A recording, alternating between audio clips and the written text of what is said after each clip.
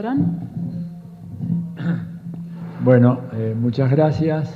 Yo tengo una pequeña laminita ahí, después me voy a referir a la muy interesante presentación que hizo el colega. Realmente no hay ninguna simetría, la verdad que lo que decís es algo absolutamente válido, salvo algunas implicaciones políticas concretas que creo que vale la pena discutir y examinar, pero el enfoque concuerdo plenamente, o sea, no hay posibilidad de reconciliar medio ambiente con capitalismo. Ni hay capitalismo con rostro humano, ni hay capitalismo verde, todo eso son ficciones, ¿verdad? Y creo que lo que planteabas muy bien era la necesidad de avanzar en un modelo civilizatorio diferente. El tema me parece que es interesante, vamos a conversar de eso, es cómo hacemos el tránsito. ¿Cómo hacemos el tránsito? Digo, porque si no, caeríamos en la idea de que, bueno, tanto Evo como Correa como García Linera no hicieron ese tránsito por una debilidad ideológica o por alguna otra razón. Y yo creo que hay problemas muy de fondo que tal vez inclusive desde el punto de vista del marxismo ecológico o del ecosocialismo no los hemos analizado todavía con la suficiente complejidad. No digo que lo vamos a resolver en la mesa, pero sí quisiera retomar un poquito ese tema. Pero antes, vamos a esto otro para poner un marco. ¿Quién me ayuda para pasarla en voz? ¿O había alguien que se había propuesto pero huyó? Es muy breve, quiero un poco para tener alguna idea de lo que estoy hablando. A ver. Mira, básicamente, un tema sobre la producción, después voy a explicar bien esto en el contexto, ¿no? La producción del petróleo y los pronósticos de producción del petróleo para los Estados Unidos. Ahí ven ustedes que el pronóstico más favorable, que está en una línea roja, habla de una producción cercana a los 10 millones de barriles diarios. Esto para el año 2015. Esto el último año se pasó un poquito por encima de eso, ¿no es cierto? Porque con el fracking aumentaron la producción de petróleo, pero en realidad no es cierto lo que se ha dicho y se ha propagandizado insistentemente de que Estados Unidos se autoabastecía de petróleo. Pasar a la lámina siguiente, ¿no es cierto? Y ahí van a ver ustedes cómo el nivel de consumo de petróleo de los Estados Unidos se estima para el 2015 en el orden de los 25 millones de barriles diarios y para el 2025 en cerca de 28, y están produciendo 11 o 12. Si la aritmética sigue siendo una ciencia exacta todavía, quiere decir que Estados Unidos no se autoabastece y difícilmente se vaya a autoabastecer jamás. Y como dice el maestro Chomsky, no lo olvidemos nunca, todas las guerras de los Estados Unidos tienen como común denominador el petróleo. Y acá tienen ustedes la demostración. Este es un dato de la Administración de Información de Energía, que es un organismo del gobierno federal de los Estados Unidos, que demuestra, ¿no es cierto?, cómo estas proyecciones hablan de que el tema del petróleo va a estar entre nosotros por mucho tiempo, hasta que se acabe el petróleo. La lámina siguiente, para entender un poquito por qué al señor Putin le prestan tanta atención. Le prestan tanta atención porque resulta que si este señor cierra la llave, ¿no es cierto?, países como Alemania tiene el 37% del gas que utiliza, sobre todo el sector industrial, que procede de Rusia, la República Checa 57%, Turquía 59%, Polonia 59%, Austria 60%, e inclusive los pequeños estados bálticos que se han puesto al servicio de la OTAN para hostigar a Rusia, reciben el 100% del gas con el cual se calefaccionan, y créanme que allá hace mucho frío, de Rusia. Por lo tanto, una llave que tiene el señor Putin para hacer política, así como Estados Unidos usa su gran mercado para hacer política, usa el gas con el cual no solamente se calefacciona Europa, sino que se pone en marcha buena parte del sector industrial en Alemania. Bueno, vamos a la lámina siguiente, que también es una lámina bien interesante, porque plantea este tema de los recursos naturales y nos trae de lleno a la cuestión del extractivismo que planteaba recién acá el compañero. Fíjense que cada niño americano que nace, ¿no es cierto?, va a consumir a lo largo de su vida 932 libras de cobre, es decir, aproximadamente unos 400 kilos de cobre, por cada chico que nace, ¿no es cierto?, a lo largo de toda su vida. Va a consumir 1.110.000 libras de piedra, canto rodado y arena, o sea, casi 500.000 de kilos.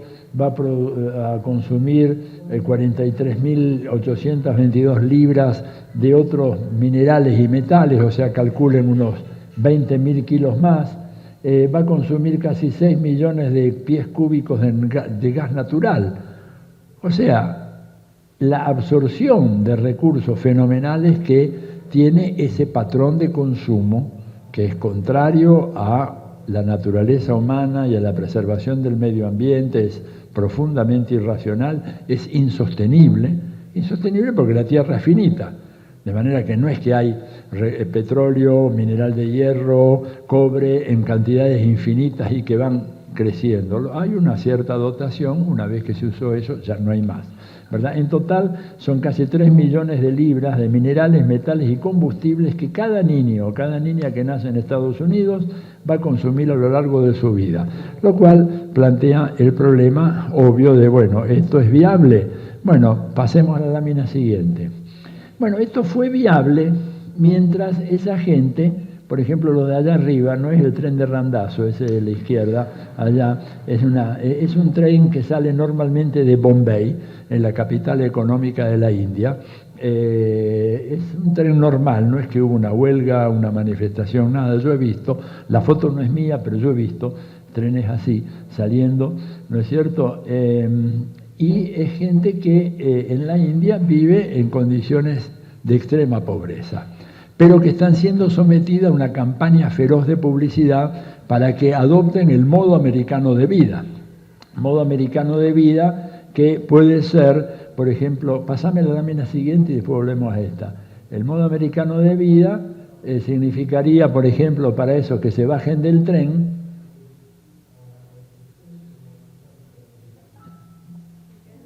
Pasa la siguiente, la lámina siguiente.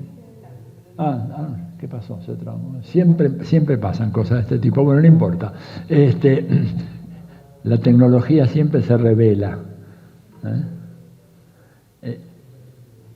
Ahí está. Puede ser que aquellos que estaban en aquel tren de la India consideren que es mucho más razonable, confortable, como ir en la Ruta 5 de California, que es eso, en el rush hour. Digo, es cuestión, por ahí es más divertido el tren, ¿no es cierto? O más rápido seguro, le puedo asegurar. Pero bueno, puede ser que quieran. Ahora, lo que pasa es que si esos 1.250 millones de la India, son indios, esos son los únicos indios reales, el resto son pueblos originarios, aborígenes, los indios son aquellos allá. Si aquellos 1.250 millones de indios quieren viajar como los californianos, bueno, vamos a tener que ver si hay una demanda suficiente de cobre, de mineral de hierro, de vidrio, de arena, por supuesto de nafta, para sostener eso. Volvé para atrás ahora, por favor. ¿Verdad? No. Ahora, eso. Los de abajo son también los indios que están en un baño ritual en el río Ganges, ¿no es cierto? ¿Esto es excepcional? No, porque más de la mitad de la población en la India carece de acceso de agua potable y de drenajes cloacales. Por lo tanto, el baño es el río, ¿no es cierto? Puede ser que quieran adoptar el modo de vida americano, ¿no es cierto?, o de la modernidad euro-norteamericana, y que quieran tener los baños que tenemos en general en la mayoría de los hogares en el mundo desarrollado. Pero si eso llegara a ocurrir, ¿no es cierto?, tendríamos un problema de abastecimiento de algunos insumos que hoy en día alcanzan, pero alcanzan porque durante mucho tiempo, más de la mitad de la población mundial quedó al margen de todo este patrón de consumo. Lo que pasa es que ahora se le está poniendo una propaganda tremenda para que realmente adopten ese patrón de consumo, pero no nos dicen de dónde van a salir los bienes comunes que van a permitir sostener un patrón de consumo que nunca estuvo pensado para los 7.000 millones de habitantes, sino que estuvo pensado para mucha menos gente. Los de al lado son en general dos salidas de conciertos y uno de un estadio de fútbol de la China, ¿verdad? Esos tampoco estaban antes en el juego.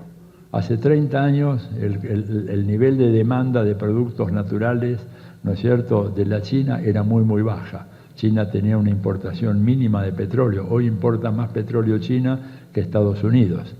¿Y de dónde vamos a sacar el petróleo? ¿Va a haber tanto petróleo? ¿Va a durar? ¿Va a durar hasta que hagamos el tránsito de una matriz energética basada en combustible fósil, petróleo, a otro? Y es difícil, ¿no es cierto? Mientras tanto, lo que hacen las grandes potencias es asegurarse el petróleo. Vamos a la lámina siguiente. Cuando uno dice que el capitalismo está condenado, ¿no es cierto? La otra. Acá lo ven muy claro, ¿no es cierto? Si se establece, ¿no es cierto?, como un patrón de consumo estándar para toda la población del planeta, el modelo de consumo de los Estados Unidos, los bienes comunes que necesitaríamos serían aquellos que estuvieran en 5 planetas y 1/3. O sea que para sostener el American Way of Life, que se publicita ad nauseam en todos los países, ¿no es cierto?, y sobre todo en los países más atrasados, se requiere contar con los recursos que habría en 5 planetas y 1/3. Hasta ahora, como dice Walter Martínez, hay uno solo, contaminado, etcétera, única nave espacial donde estamos todos nosotros. Hay uno solo, ¿verdad? Uno dice, bueno, vamos a algo un patrón de consumo un poquito más razonable, el de los británicos, igual 3 planetas. El de los alemanes, 2,5 planetas. El de los rusos, igual. Brasil, Argentina, México, están ahí, son 2 planetas que necesitamos. O sea, el patrón de consumo argentino. Fíjense ustedes, ese cuando decimos, bueno, para todos, para los 7.000 millones, no alcanza el planeta. Empieza a alcanzar cuando llegamos a Mauricio, pequeño país en el Índico. Sobra un poquito de planeta en la China. ¿Por qué? Porque hay todavía 700 millones de chinos que viven en condiciones muy, muy precarias en las zonas, ¿verdad?, que están alejadas del litoral y orientadas hacia la parte central de la China. Si adoptamos el modelo de consumo indio, ahí estamos bien. Nos sobra, con medio planeta nos sobra. Ahora hay que empezar a fabricarse la propia ropa, ¿no es cierto?, los zapatos o las sandalias o los que sea, volver a los telares, vivir como el Mahatma Gandhi. Digo, parece, no es imposible, pero indudablemente hay obstáculos serios a volver a ese nivel, porque hemos sido formateados durante 5 siglos para un determinado patrón de consumo, y eso, digamos que se podría lograr en pueblos muy conscientes de la periferia. Pero ¿cómo convences a Donald Trump, por ejemplo, que está ahora como candidato, para poner, o a Bill Gates, de que ahora se acabó toda esta historia y que tiene que coserse su propio suéter y sus camisas y vivir, digamos, difícil, ¿verdad? Con lo cual tenemos que el capitalismo así, como lo conocemos, es inviable. Esto es lo que un gran sociólogo americano, James O'Connor, llamó la segunda contradicción del capitalismo. Y yo digo, sobre la base de esa tesis de James O'Connor, de que esta segunda contradicción demostró ser históricamente mucho más intratable que la primera. La primera, la contradicción clásica señalada por Marx y toda la tradición marxista, trabajo asalariado y capital. Esa contradicción, ¿verdad?, que se suponía tenía que desembocar en una revolución en el mundo desarrollado, bueno, no desembocó en una revolución en el mundo desarrollado. Podríamos decir, citando a Chávez, por ahora. ¿Recuerdan lo de Chávez? Cuando la tentativa insurreccional dijo, fracasamos por ahora. Pero por ahora, evidentemente, esa contradicción no hizo estallar al sistema.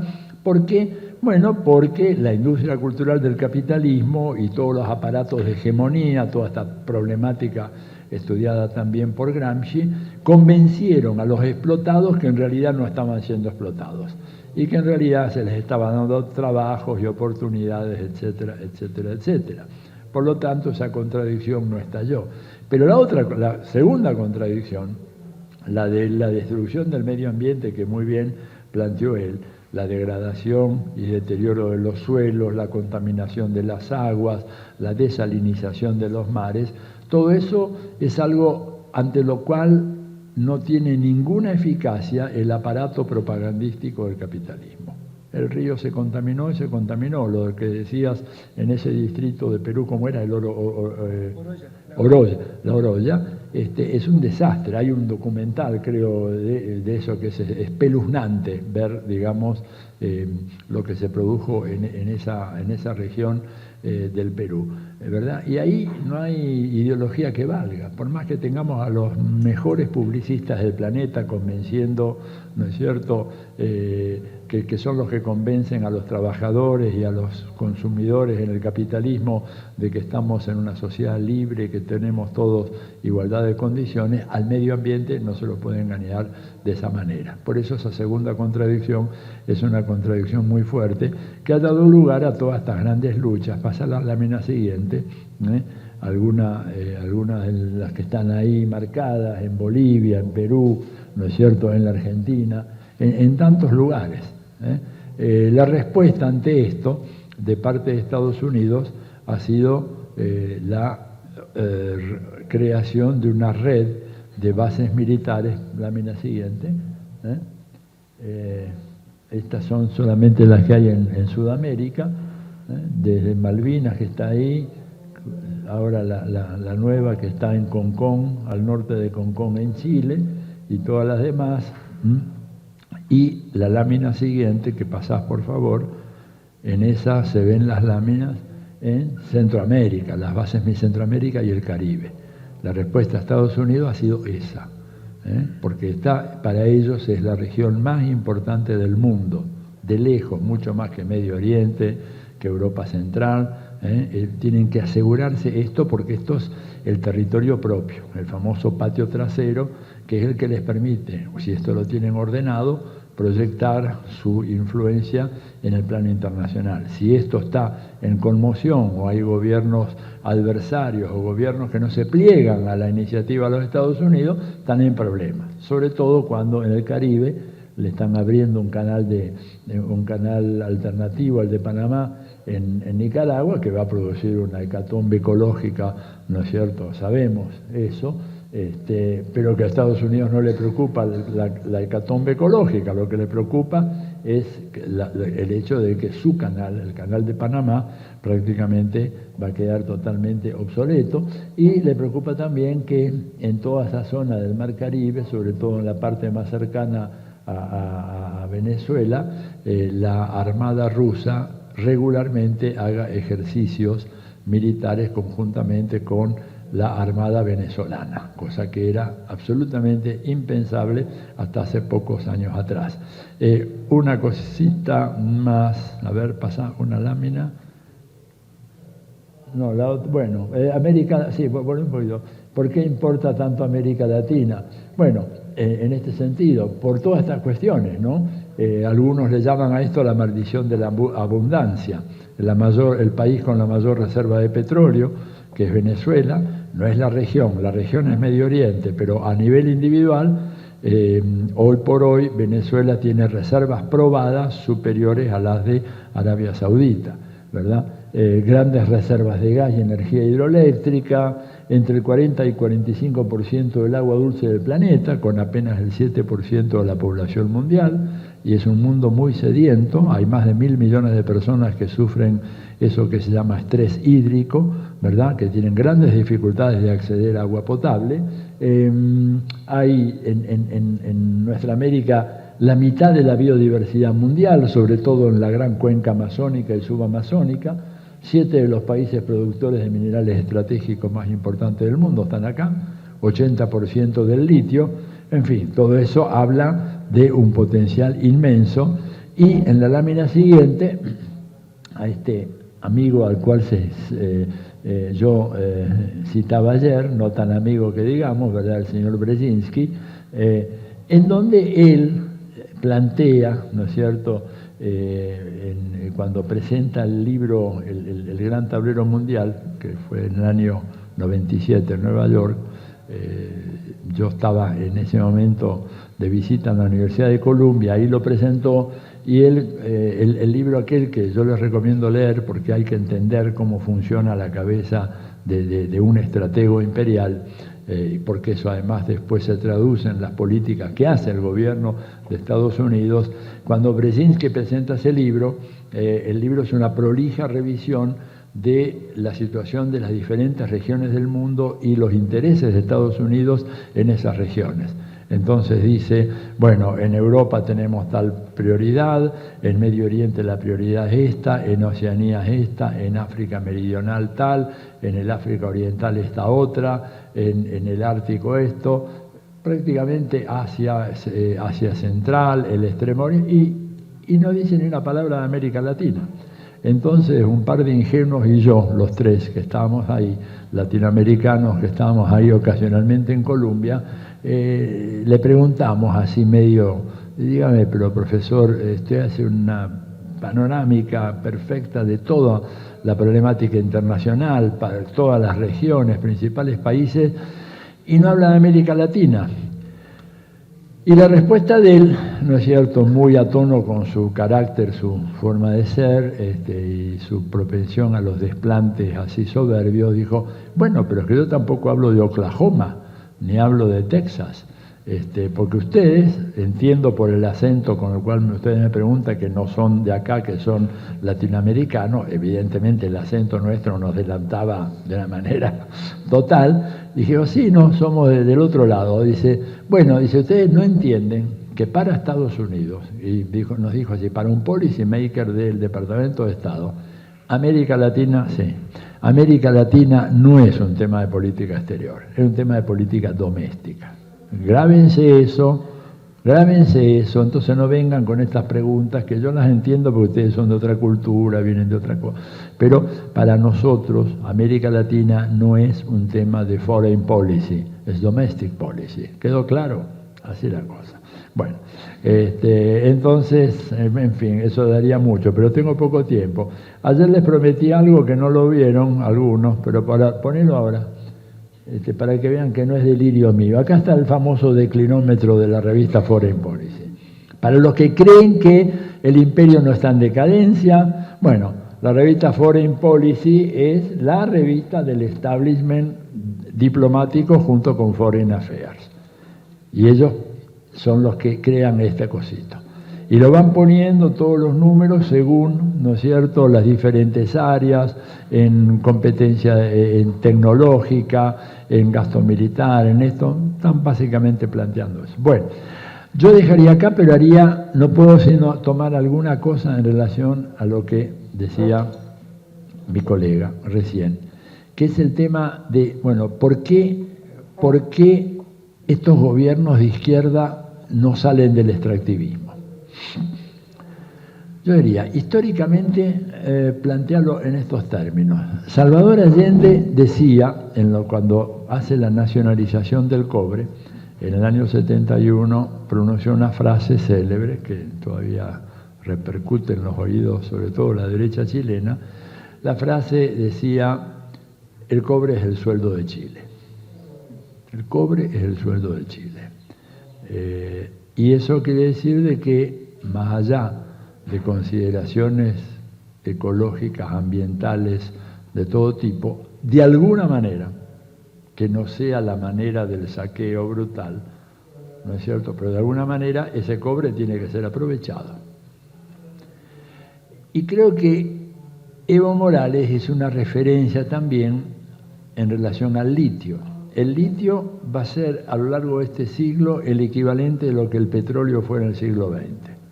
Es el gran material energético con el cual funciona esto, funcionan los celulares, el micrófono, las cámaras que están ahí, todo esto funciona a base de litio. los automóviles eléctricos funcionan con baterías en base a litio. Y entonces Evo se pregunta, ¿qué hacemos con el litio?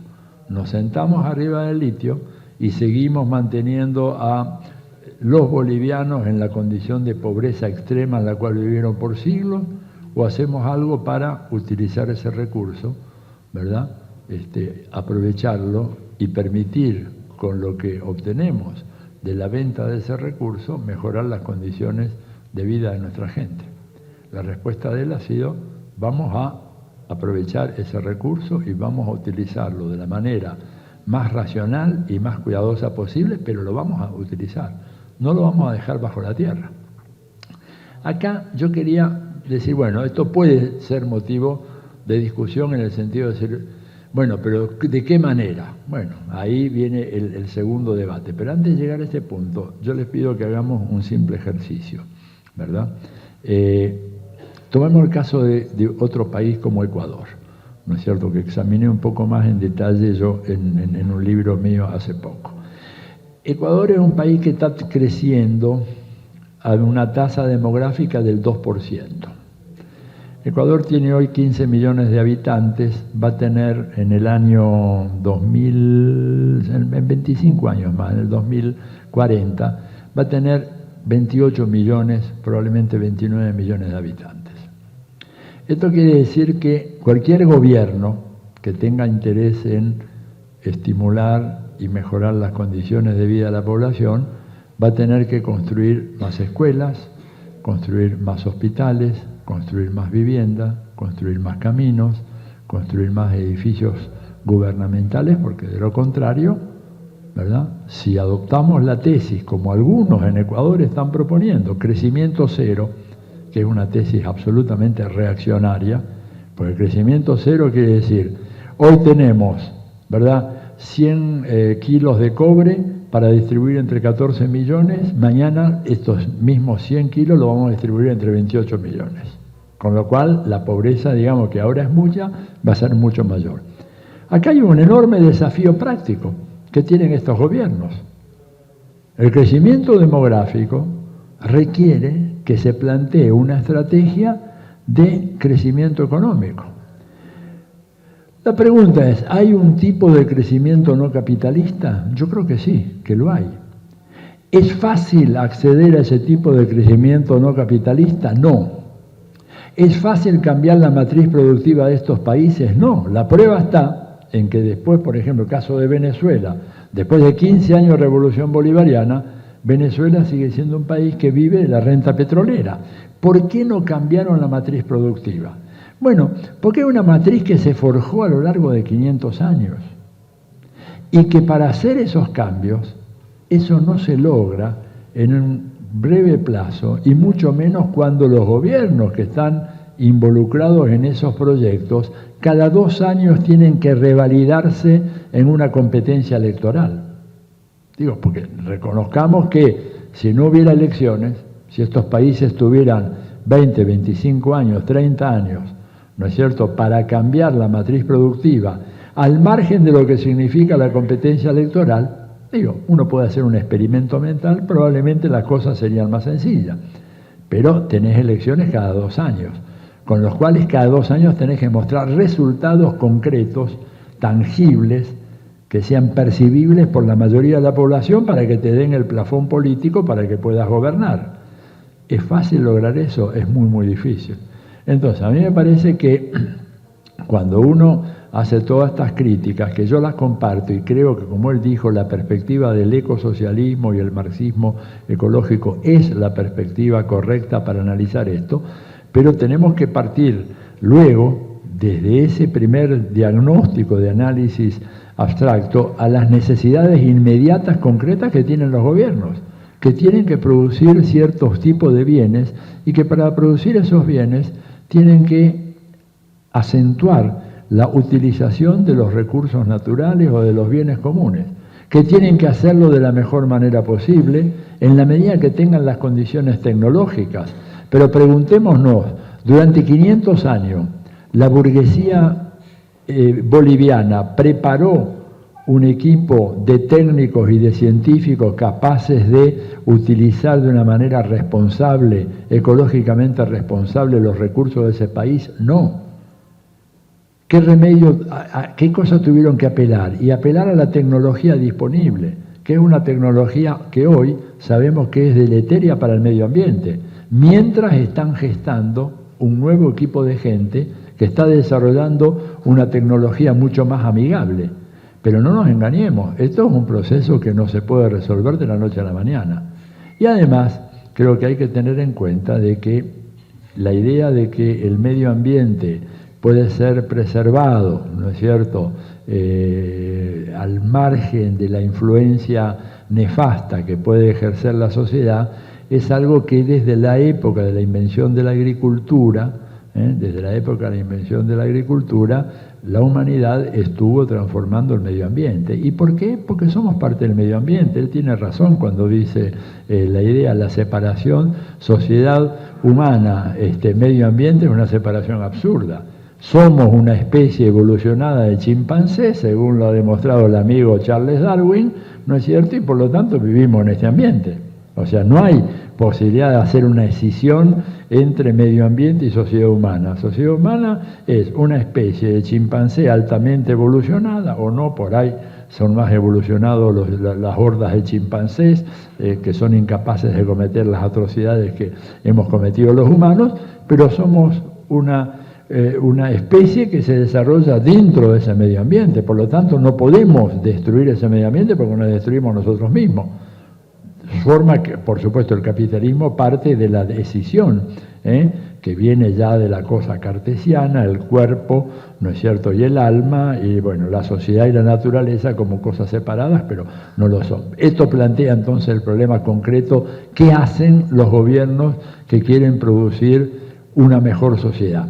Ha habido horrores, es decir, lo que ha pasado en China, por ejemplo, la destrucción medioambiental de China es espantosa, una cosa inimaginable. Por eso no es un modelo, pero no hay que pensar de que todo lo que se puede hacer tiene esa marca que se registró en China. Creo que se están ensayando alternativas y claro, y no es fácil. No es muy fácil. Y termino una palabra sobre lo de Ecuador y el yacimiento ITT. El yacimiento ITT, ¿no es cierto?, no lo querían explotar. Correa había dicho que no, hizo una propuesta para que los países desarrollados hicieran un aporte a un fondo, él dejaba el petróleo ahí y los otros ponían el fondo para financiar a un país pobre como Ecuador. No nos olvidemos que Ecuador es un país muy vulnerable ante la economía mundial. Ecuador produce petróleo, poquito, exporta poquito, después produce flores, camarones y bananas. Ese es el enganche de Ecuador con la economía mundial. En un contexto de crisis como el actual, ¿quién va a comprar más flores? ¿Quién va a comprar más bananas? ¿Quién va a comprar más camarones? Digo, seamos realistas también, ¿verdad?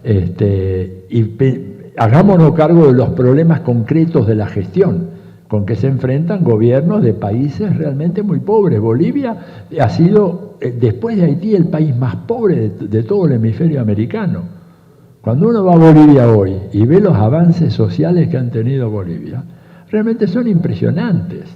Claro, ha habido un costo ecológico y él tiene razón, pero yo digo, tenemos que tener una perspectiva tal vez de más largo plazo que nos debe a pensar de que esos costos ecológicos pueden ser decrecientes o deben ser decrecientes y que hay que pelear para que sean decrecientes. Bueno, yo dejo acá porque me he excedido, además quiero escucharlo a él, que seguramente tiene mucho que decir sobre esto. Gracias.